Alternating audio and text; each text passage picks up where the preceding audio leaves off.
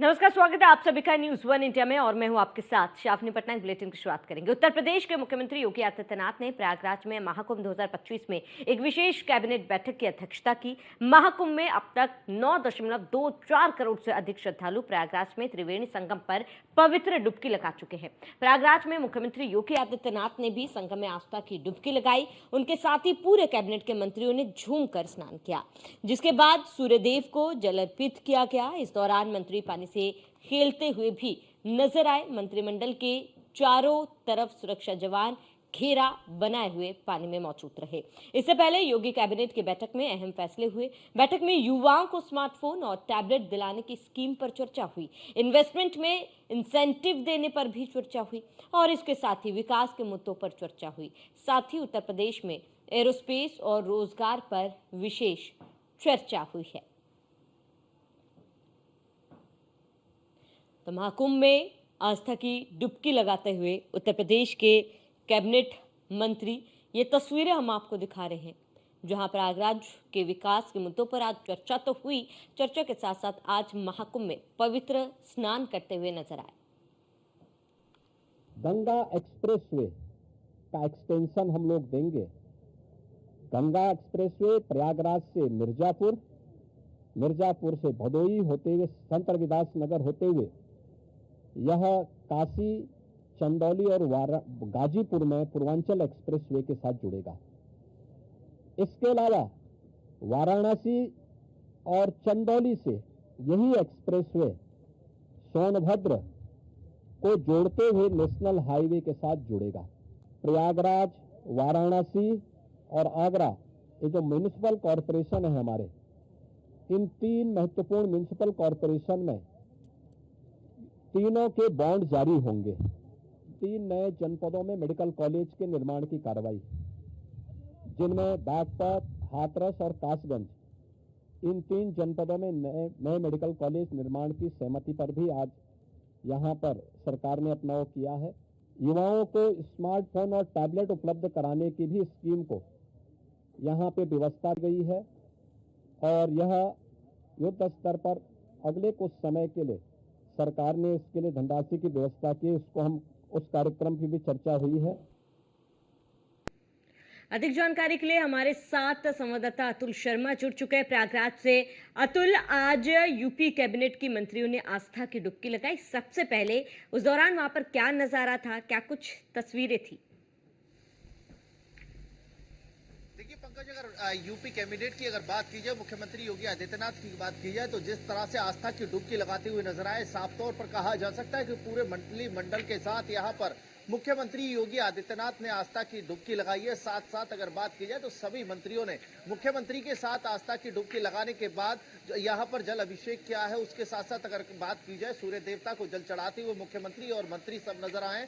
देखा जा सकता है कि जिस तरह से इस महाकुंभ के महापर्व में यानी 40 दिन की सनातन की पाठशाला में पहुंच करके संस्कृति के समागम की अगर बात की जाए तो यहाँ देखने को मिला। उसी के साथ साथ कई अहम मुद्दों को लेकर के जिस तरह से सुबह से ही न्यूज वन इंडिया की महाकवरेज चल रही है, इस महाकवरेज में जिस तरह से बात की जा रही है, जिन मुद्दों को लेकर के बात की जा रही थी, ज्यादातर वही मुद्दे सामने आए हैं। कहा जा सकता है कि 3 मेडिकल कॉलेज उत्तर प्रदेश के लिए मिलने जा रहे हैं। उसी के साथ साथ अगर बात की जाए, बुंदेलखंड एक्सप्रेस वे को प्रयागराज से जोड़ने की बात चल रही है और कहा जा सकता है कई अहम प्रस्ताव हैं जिनको पास किया गया है। 7 जिलों को लेकर के जिस तरह से धार्मिक स्थल बनाने की प्रक्रिया है, उसको बढ़ावा देने के लिए और कई अहम मुद्दे हैं जिन पर मुख्यमंत्री की तरफ से यहां पर कैबिनेट की बैठक में मोहर लगी है। 2019 की अगर बात की जाए, जिस तरह से गंगा एक्सप्रेसवे का प्रस्ताव पास हुआ था, उसी के साथ साथ बात की जाए तो आज की कैबिनेट की बैठक बेहद खास रही है। और उसी के साथ साथ कहा जा सकता है कि सनातन की परंपरा को देखते हुए सभी मंत्रियों ने मुख्यमंत्री योगी आदित्यनाथ के साथ आस्था की डुबकी संगम में लगाई है। और साथ साथ अगर बात की जाए,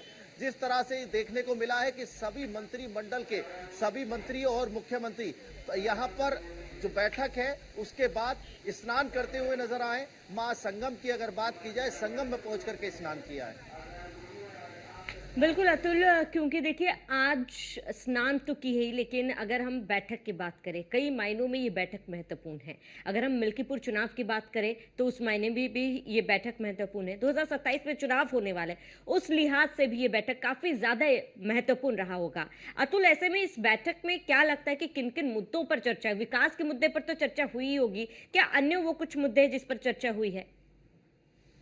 देखिए, बिल्कुल युवाओं को लेकर के सबसे बड़ा मुद्दा है। उत्तर प्रदेश की अगर राजनीति की बात की जाए तो विपक्ष आड़े हाथ हमेशा सरकार को घेरता हुआ नजर आता है, रोजगार की बात करता हुआ नजर आता है और युवाओं के भविष्य को लेकर के हमेशा बात होती है। लेकिन दूसरी तरफ अगर देखा जाए तो उत्तर प्रदेश के मुख्यमंत्री की आज इस बैठक में युवाओं के लिए टैबलेट और फोन बांटने को जो प्रक्रिया है, जिस पर यहाँ से विस्तार से चर्चा की गई है, उस चर्चा को लेकर के कहा जा सकता है कि जिस तरह से सरकार युवाओं को लेकर के लगातार देखा जा सकता है कि संवेदनशील है, चाहे कॉलेज हो, स्कूल हो, विश्वविद्यालय हो, उनको लेकर के यहाँ पर संवेदनशील नजर आती है। तो दूसरी तरफ आज की बैठक में अहम मुद्दा रहा है युवाओं के लिए टैबलेट और उसके साथ साथ मोबाइल की अगर बात की जाए तो वितरण कार्यक्रम को लेकर के कहा गया है, उस पर चर्चा हुई है, विस्तार से चर्चा हुई है, जिसके चलते कहा जा सकता है कि जो सरकार है वो चाहती है जो हमारे देश का युवा है, प्रदेश का युवा है, वो शिक्षित होगा। शिक्षित वर्ग कहीं ना कहीं आने वाले समय के लिए बेहद जरूरी है और उसी के साथ साथ अगर बात की जाए तो शिक्षित युवा ही रोजगार के अवसर ढूंढ सकता है। और उसी के साथ साथ जिस तरह से लगातार बेरोजगारी का यहाँ पर ढिंडोरा पीटा जाता है, विपक्ष के लिए ये बड़ा तमाचा है कि युवाओं के लिए जिस तरह से सरकारी नौकरी तलाशने की अगर बात की जाए, युवा सरकारी नौकरी तलाशते हैं लेकिन कहीं ना कहीं जो सुविधा है उनसे अछूत रह जाते हैं। सरकार का मानना है अगर टैबलेट युवाओं के हाथ में होगी, स्टूडेंट के हाथ में होगी, छात्रों के हाथ में टैबलेट और फोन होंगे तो डिजिटली तौर पर कहीं ना कहीं युवाओं के भविष्य उजागर होगा। और उसी के साथ साथ अगर बात की जाए तो देखा जा सकता है कि यहाँ पर आज की कैबिनेट की बैठक बेहद खास रही है और खास बैठक की बात की जाए तो कई बड़े प्रस्तावों पर मोहर लगी है। बिल्कुल अतुल, अगर हम अब प्रयागराज की बात करें, क्योंकि 10 दिन का वक्त बीत चुका है महाकुंभ का। अतुल, फिलहाल आप प्रयागराज में मौजूद है, वहां पर आप क्या महसूस कर पा रहे हैं? क्या कुछ अलग रंग देख पा रहे हैं? क्या तस्वीरें देख पा रहे हैं?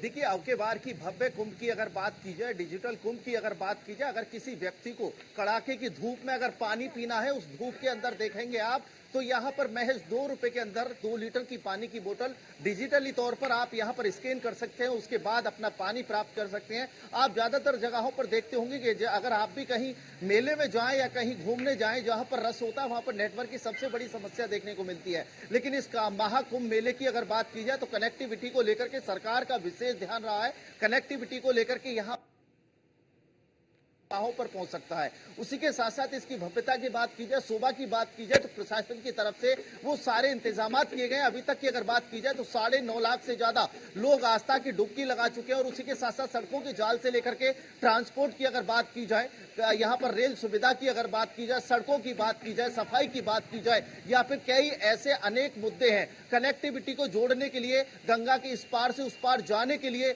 एक नई बलकम कई पुल बना करके सरकार ने तैयार किए हैं। तो कहा जा सकता है कि जो प्रयागराज है, संगम की भूमि पर जिस तरह से दूर दराज से श्रद्धालु आ रहे हैं, उन श्रद्धालुओं की अगर बात की जाए तो जमकर के मुख्यमंत्री योगी आदित्यनाथ की तारीफ करते हैं और जमकर विपक्ष को आम जनता और श्रद्धालु घेरते हुए नजर आते हैं। साफ तौर पर कहते हुए नजर आते हैं कि घर से बाहर निकल करके अखिलेश भैया को देखना चाहिए, जिस तरह से ट्विटरबाजी खेलते हैं। उनकी सरकार में एक बार महाकुंभ हुआ था तो महाकुंभ के अंदर व्यवस्थाओं को लेकर के जो संत सनातन के लोग हैं, संत हैं, साधु हैं, सन्यासी हैं, उनकी यहाँ पर जम करके चोरी हुआ करती थी। व्यवस्थाओं की अगर बात की जाए तो व्यवस्था बैठने के लिए नहीं हुआ करती थी। पानी को लेकर के, शौचालय को लेकर के हमेशा सारी तकलीफों का सामना करना पड़ता था। लेकिन आज की अगर बात की जाए तो विपक्ष के नेता आज की बैठक को लेकर के जमकर के सरकार को घेरते हुए नजर आ रहे हैं कि राजनीति रोटी सेकने के लिए तैयार है। मलकपुर सीट के साथ 27 का चुनाव भुनाने में बीजेपी जुटी हुई है। लेकिन अगर वही बात 2012 के कुंभ की हो, 12 के कुंभ में जिस तरह से देखने को मिला था कि यहाँ पर जो सरकार है, जिनकी सरकार थी, वो आज सरकार पर सवाल खड़े कर रहा है। लेकिन उस वक्त की अगर बात की जाए, जिस वक्त पर कुंभ लगा था और यहाँ पर शौचालय से लेकर के साथ साथ बहन बेटियों के यहाँ पर चेंजिंग रूम को लेकर के बड़े सवाल खड़े हुए थे। लेकिन अब की बात की जाए, अब के महाकुंभ की बात की जाए तो व्यवस्थाओं को लेकर के सरकार की तरफ से जो व्यवस्थाएं की गई हैं, प्रशासन की तरफ से जो व्यवस्थाएं की गई हैं, आम जनता जनता बेहद खुश है। किसी बहन बेटी से अगर सुरक्षा के बारे में पूछा जाता तो जम करके तारीफ की जाती है। बहन बेटियों का साफ तौर पर कहना है कि रात को सड़क पर निकलने में डर नहीं लगता है। वहीं अगर पूर्व के कुंभों की अगर बात की जाए तो यह पूर्व के कुंभों में जिस तरह से जो मेला है, महाकुंभ है, उसमें जो सवाल खड़े होते हैं, साधु संत सन्यासी लगातार विपक्ष की सरकार पर सवाल खड़े करते हुए नजर आते हैं। लेकिन इस सरकार की बात की जाए, जिस तरह से देखा जाता है कि महाकुंभ के अंदर सुरक्षा के लेकर के, कनेक्टिविटी के साथ साथ ट्रांसपोर्ट को लेकर के, वाईफाई की सुविधा से लेकर के इन सभी आधुनिक सुविधाओं की अगर बात की जाए, यहाँ पर ज्यादातर डिजिटल पेमेंट को लेकर के बढ़ावा दिया गया है। उसी के साथ साथ अगर बात की जाए तो यहाँ पर डिजिटली, जिस तरह से महाकुंभ को डिजिटल कुंभ कहा जा रहा है, उस कुंभ में कहीं ना कहीं उसका असर देखने को मिल रहा है। युवाओं के लिए अगर बात की जाए, लोकल के लोगों की अगर बात की जाए तो रोजगार के अवसर बढ़े हैं। यहाँ पर घर से निकलने के बाद सुबह से लेकर शाम तक युवक कुछ ना कुछ काम ढूंढते हैं और उसके साथ साथ यहाँ के लोकल की अगर बात की जाए तो विकास के अवसर बढ़ते हुए नजर आए। बिल्कुल अतुल, क्योंकि आपने विपक्ष का जिक्र किया, जाहिर सी बात है आरोप प्रत्यारोप तो होता ही है, कई कटाक्ष भी किए जाते हैं क्योंकि उन्होंने बैठक को लेकर भी सवाल खड़े किए हैं। अतुल, जो तस्वीरें सामने आई है संगम नगरी में डुबकी लगाते हुए तमाम कैबिनेट मंत्रियों की तस्वीरें सामने आई है, क्या उस पर विपक्ष की तरफ से कोई प्रतिक्रिया आई है?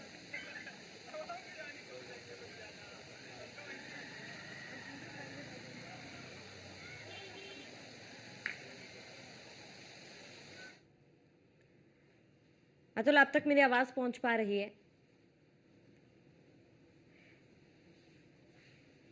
चलिए, अतुल से आवाज नहीं पहुंच पा रही, दोबारा जुड़ने की कोशिश करेंगे। तो ये तस्वीरें भी हमने आपको दिखाई है जहां पर आज महाकुंभ में महासौगात दी गई है। आज बैठक हुई है कैबिनेट की महाकुंभ में और वहां पर कई ऐसे प्रोजेक्ट्स थे जिस पर मुहर लगी है, कई ऐसे प्रस्ताव थे जिस पर मुहर लगी। इसके साथ ही महाकुंभ में जो सौगातें दी गई वो हम आपको बताते हैं। 3 जिलों में मेडिकल कॉलेज बनाए जाएंगे।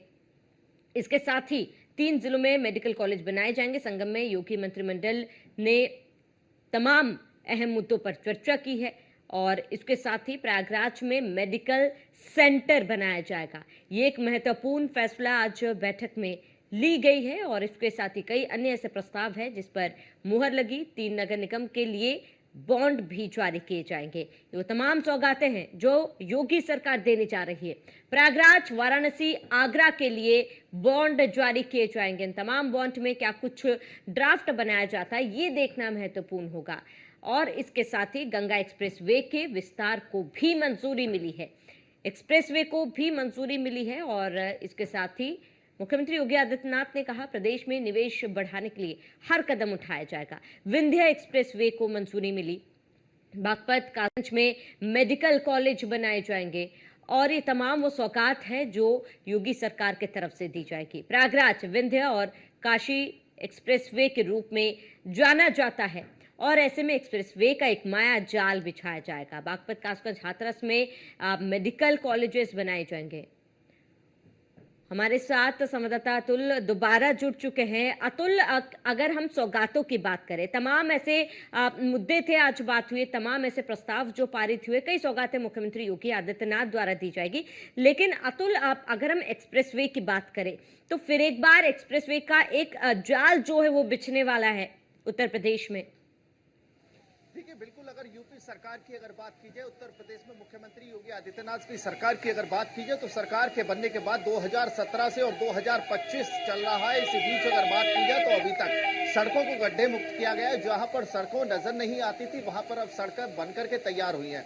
उसी के साथ एक्सप्रेस वे की बात की जाए तो एक्सप्रेस वे पर फर्राटे भरती हुई गाड़ियां नजर आती हैं। उसी के साथ साथ बात की जाए तो सड़कों का जाल उत्तर प्रदेश में देखने को मिलता है। वहीं अगर किसानों की आय वृद्धि की बात की जाए, अगर किसानों की जमीन एक्सप्रेस वे में जाती है तो कहीं ना कहीं किसानों के लिए मोटा मुनाफा होता है, मुआवजा मिलता है और उसी के साथ साथ किसानों के लिए बेहद खास रहता है। एक्सप्रेस वे के जाल से किसानों के साथ साथ उद्योगपतियों तक फायदा होता है। इकोनॉमी पर कहीं ना कहीं फायदा होता हुआ नजर आता है, इकोनॉमी बढ़ती हुई नजर आती है। उसी के साथ साथ आज की कैबिनेट की बैठक की बात की जाए तो एक्सप्रेस वे से लेकर के मेडिकल कॉलेज और युवाओं के लिए टैबलेट और यहाँ पर मोबाइल की कहा जा सकता है कि यूपी सरकार जिस तरह से उत्तर प्रदेश की जनता के लिए सौगात दिए जा रही है। प्रयागराज से जो बड़ी सौगातें दी गई हैं, 3 जिलों में मेडिकल कॉलेज यानी बागपत, हाथरस और कासगंज की अगर बात की जाए तो ये तीनों वो जिले हैं जिनमें यहाँ पर मेडिकल कॉलेज का ऐलान किया गया है। और बात की जाए जिस तरह से यहाँ पर कैबिनेट की बैठक में विस्तार से चर्चा हुई है और कई बड़े मुद्दे हैं जिन पर यहाँ पर जो विस्तार से चर्चा हुई है, कहा जा सकता है योगी सरकार लगातार जनता के लिए, कल हमने साधुओं से बात की, संतों से बात की, इसी मुद्दे को लेकर के बात की गई जिसमें साफ तौर पर साधु संतों की तरफ से कहा गया कि यूपी सरकार वो सरकार है, मुख्यमंत्री योगी आदित्यनाथ वो मुख्यमंत्री हैं जो सनातन के साथ साथ संस्कृति का ध्यान रखते हैं, समागम का ध्यान रखते हैं, संतों का ख्याल रखते हैं। उसी को देख करके जिस तरह से ये बैठक लखनऊ हो सकती थी, विपक्ष जिस तरह से सवाल खड़े कर रहा है, विपक्ष को सोचना चाहिए कि उनकी सरकार में महाकुंभ हुआ था, उस वक्त कोई ऐसी बैठक नहीं की गई थी, लेकिन 2019 में भाजपा सरकार में महाकुंभ था, उस कुंभ के पर्व पर यहाँ पर बैठक की गई। 2025 में महाकुंभ है, उस महाकुंभ के अंदर बैठक की जा रही है, तो कहीं ना कहीं विपक्ष को इससे सलीका लेना चाहिए कि जिस तरह से ये मुख्यमंत्री योगी आदित्यनाथ अगर यहाँ पर हैं तो वो इसी तरह से बैठक कर रहे हैं, महाकुंभ को लेकर के लगातार निरीक्षण कर रहे हैं, जनता से जायजा ले रहे हैं, साधु संतों के साथ बैठ करके साथ साथ अधिकारियों से हर व्यवस्था के बारे में जानकारी जुटा रहे हैं। यानी एक प्रदेश का मुख्यमंत्री एक मेला और महाकुंभ को लेकर के, एक जिले के मेला को लेकर के, अगर उसी की बात की जाए गरिमा को देखते हुए 144 साल बाद जिस तरह से समागम देखने को मिला है, उस समागम को देखते हुए लगातार प्रदेश की कमान के साथ साथ उस मेले की कमान, उस महाकुंभ की कमान अपने हाथों में लेकर के लगातार प्रशासन के अधिकारियों के साथ बैठक करता है। लेकिन वही विपक्ष की वो सरकार जिसकी सरकार में महाकुंभ हुआ करता था और लगातार बड़े से बड़े घोटाले देखने को मिलते थे, ये साधु संतों का कहना है। साधु संत लगातार विपक्ष के नेताओं को आड़े तले रह रहे हैं। इस समय अगर बात की जाए हर किसी साधु संत से अगर बात की जाती है, मंडलेश्वर, महामंडलेश्वर, वरिष्ठ महामंडलेश्वरों से बात की जाती है, वो लगातार विपक्ष के नेताओं को घेरते हुए नजर आते हैं। ठीक है अतुल, आपका जुड़ने के लिए, तमाम जानकारी के लिए बहुत बहुत शुक्रिया। वहीं हमारे साथ अधिक जानकारी के लिए एसके बाजपेयी हमारे संवाददाता हमारे साथ जुड़ चुके हैं। एसके बाजपेयी, क्योंकि आज बैठक हुई है, महत्वपूर्ण बैठक थी, कई सौगातों को लेकर भी बात की गई, बैठक के साथ आज संगम में डुबकी भी लगाई तमाम मंत्रिमंडल ने, किस तरीके का नजारा वहां पर रहा है, क्या कुछ पूरी जानकारी है एसके बाजपेयी? निश्चित तौर पर, क्योंकि अगर हम देखें तो मुख्यमंत्री योगी आदित्यनाथ की अध्यक्षता में बैठक के बाद जो कैबिनेट थी, उस कैबिनेट ब्रीफिंग मुख्यमंत्री ने खुद की और पूरी जानकारी दी कि किन किन फैसलों को लेकर सरकार ने आज अपनी मुहर लगाई है। हालांकि इसके बाद उत्तर प्रदेश की पूरी कैबिनेट गंगा स्नान के लिए गई थी और गंगा स्नान हो चुका है और गंगा स्नान होने के बाद अब पूरी कैबिनेट पहुंची है और वो अब भोजन ग्रहण कर रहे हैं। मैं अपने कैमरा पर्सन से कहूंगा कि आपको यहाँ की कुछ तस्वीरें दिखाएं। ये आप देख सकते हैं सीधी तस्वीरें, ये वहां पर है जहाँ संकुल में जहाँ पर पूरा कार्यक्रम हो रहा था, जहाँ कैबिनेट की बैठक हुई थी, और वहीं अब जो मंत्री हैं उनका भोजन हो रहा है। मुख्यमंत्री योगी आदित्यनाथ भी यहाँ पर मौजूद हैं और मुख्यमंत्री योगी आदित्यनाथ के साथ ये कार्यक्रम है, क्योंकि सुबह से सभी लगे हुए थे, क्योंकि पहले कैबिनेट बैठक थी और कैबिनेट 1.25 घंटे तक चली। उसके बाद मुख्यमंत्री योगी आदित्यनाथ ने प्रेस ब्रीफ किया, जिसमें उन फैसलों और उन निर्णयों के बारे में जानकारी दी गई जो कि कैबिनेट ने आज पास किए हैं, जिन पर कैबिनेट ने अपनी मुहर लगाई है। हालांकि उसके बाद सभी मंत्री जो लगातार हम अपने दर्शकों को दिखा रहे हैं कि सभी मंत्री गंगा स्नान करने के लिए संगम रोज पर पहुंचे, जहां पर गंगा स्नान किया। मुख्यमंत्री के साथ ही उत्तर प्रदेश के दोनों डिप्टी सीएम और सभी मंत्रियों ने, अब सभी मंत्री यहाँ पर पहुंचे हैं क्योंकि वो भोजन ग्रहण कर रहे हैं। आप देख सकते हैं मेरे पीछे की सीधी तस्वीरें, जहाँ पर सुरक्षा व्यवस्था काफी चाक चौबंद है और ये सब वो सर्किट हाउस है जहां पर सर्किट हाउस में अभी थोड़ी देर पहले ही कैबिनेट बैठक हुई थी, मुख्यमंत्री की प्रेस ब्रीफ हुई थी, क्योंकि गंगा स्नान के बाद पूरी कैबिनेट वापस यहीं पर आई है और अब वो मुख्यमंत्री योगी आदित्यनाथ के साथ भोजन कर रहे हैं और अभी भोजन का कार्यक्रम चल रहा है। आप देख सकते हैं उत्तर प्रदेश के प्रमुख सचिव गृह और प्रमुख सचिव सीएम संजय प्रसाद भी यहाँ पर मौजूद हैं। उत्तर प्रदेश के निदेशक सूचना यहाँ पर मौजूद है और साथ ही साथ उत्तर प्रदेश के अपर मुख्य सचिव सीएम एसपी गोयल यहाँ पर मौजूद है।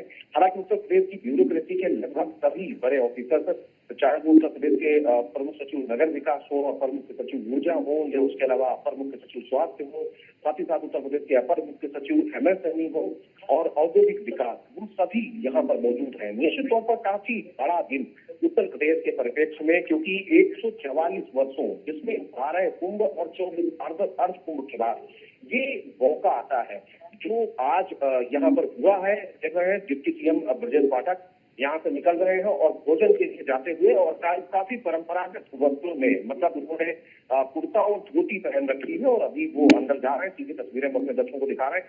सीधे तौर पर अगर हम कहें कि लगातार जो कार्यक्रम है वो यहाँ पर चल रहे हैं और कहीं न कहीं इनके जरिए से सरकार एक मैसेज दे रही है, और मैसेज बिल्कुल स्पष्ट है कि सरकार सनातन के साथ खड़ी है। और जिस तरीके से सनातन को लेकर कई बार सवाल उठाए गए विपक्ष के नेताओं की तरफ से, कांग्रेस के नेताओं की तरफ से, कहीं न कहीं उसको एक बड़ा जवाब सरकार ने दे दिया। और 2027 से पहले एक बड़ा मैसेज कहीं न कहीं इस आयोजन के जरिए देने की तैयारी, क्योंकि आपने देखा होगा घोषणाएं भी मुख्यमंत्री ने की, जिसमें 6 जिले करीब है जहां पर नए मेडिकल कॉलेजेस होंगे।